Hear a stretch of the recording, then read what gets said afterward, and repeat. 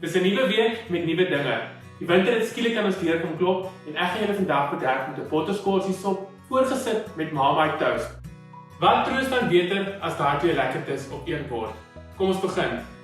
Kry eers jou pot lekker warm oor hoë hitte en dan gooi ons by 'n lekker groot skeet olyfolie. Maak seker jy gebruik goeie kwaliteit olyfolie. Dis die eerste plek waar jou sop sy geur en smaak gaan begin ontwikkel, is die olie. Dan gooi ons by dood eenvoudige ei wat in skywe gesny is. En nou is dit tyd vir die wintergeure wat hierdie sop met elke happie van binne af warm gaan maak. Ek gebruik graag gerookte spek in my groentesop om dit meer lyf te gee. Volgende, 'n groot skeet currypoeier en daarna heel komyn. Dan bring ek Afrika terug na die pot toe met 'n groot skeet harissa pasta. Kyk jou supermark se pesto rak, dis deesdae vrylik beskikbaar. Voeg nou jou botterskorsie by en braai dit saam met die eie.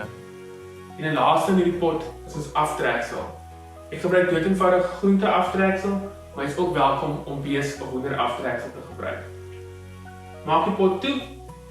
Terwyl ons sop kook, kom ons maak hy Marmite roosterbroodjies wat die laaste troefkaart van hierdie sop gaan wees. Smeer snye brood van jou keuse ruim met botter. Ek gebruik ciabatta brood. As jy 'n gesonder opsie verkies, is 'n sprinkel olyfolie net so goed. Nou vir 'n smeersel Marmite of bofrol. Jy kan kies wat jou gesin van hou. Albei laat my hart sing. Die laaste lekkerte op die broodjies gooi ons handevol cheddar kaas oor voor ons dit bak in die oond tot mooi goudbruin en bros. Terwyl ons broodjies bak, kom ons puree ons sop en kry alles aan mekaar vir hierdie feesmaal. Gebruik 'n staafmenger en pureer die sop op 'n hoë spoed tot 'n gladde mengsel.